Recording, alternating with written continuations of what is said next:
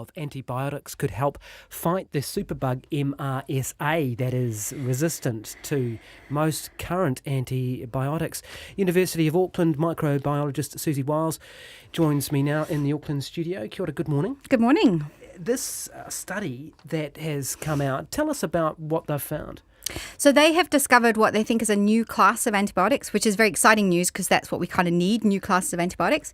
And it's one that kills MRSA, so methicillin-resistant Staph aureus, which is, again, good news because this is a bug that we definitely need new antibiotics for. And the thing that's quite notable is that this MRSA can form a particular type of cell called a persister, which means it's actually very resistant to antibiotics in that form. And these compounds that they discovered can actually kill the bacteria in that form, at least really well in the lab, and that's really promising news. Okay, so how robust is this? I mean, it says it's killed it in mice, but to what degree? Yeah, so that when you actually look at the data, it's a little bit misleading. So they did what's called a mouse model where you essentially infect an animal and then give it the drugs. And when you look at the data, they had something like 1 billion bacteria, and they managed to reduce that to 50 million, which frankly is still several millions more than I would want. But it's still a lot, though. It is a lot, but it didn't. I guess the point was that the normal drugs didn't touch that kind of infection because it was full of these persister cells. So the fact that we got some reduction is really promising. But I guess this is very far from being used in people, right? And what it now opens the door for is a whole bunch of chemists to come in and say, right, now we have what's called the scaffold. We know this is the sort of type of molecule. Now the chemists go and they play with it and they start changing bits and pieces, pulling it apart to see if they can make it both more active, so do more killing, but on the other side also not do any damage to human cells. Okay, let's swing around to the extent of the problem and then we'll come back to where we're at with dealing with it.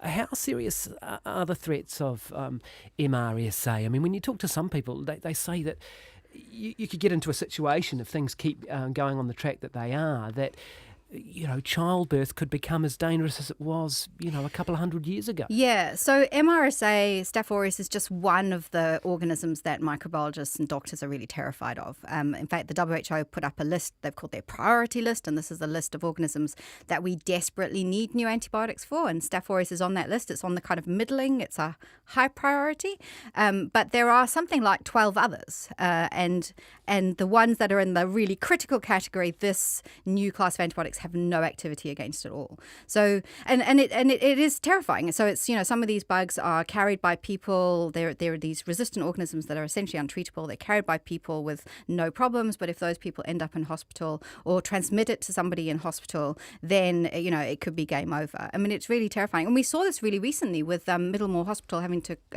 restrict the number of burns patients going into its burns unit because they had a little outbreak of one of these other very, very difficult to treat organisms. And it's just, it's terrifying. So two strands that are interesting to me here. The mitigation one, I mean, there's a lot of over-prescribing and that's become a problem.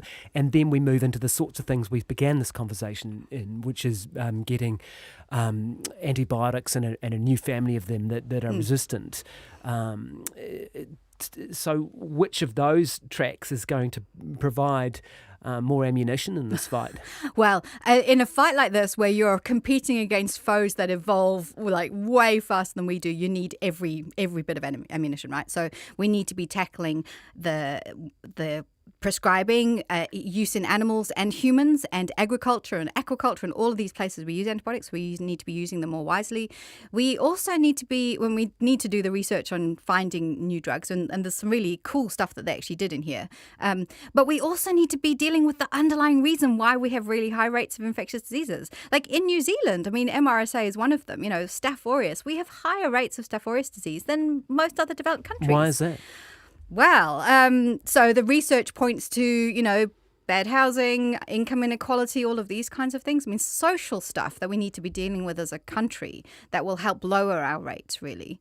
So we need to be tackling it on all sides. And I think just saying, the scientists will solve it by coming up with new classes of antibiotics. Let's deal with also some of the underlying issues. Yeah, fascinating. Thanks very much for your time. We're going to have to leave it there and move on. That's Siouxsie Wiles, who is with the University of Auckland, microbiologist there. 26 minutes past 8. Some breaking news just coming in on this story of the poisoning in Salisbury in the UK. The latest coming in from British police this morning.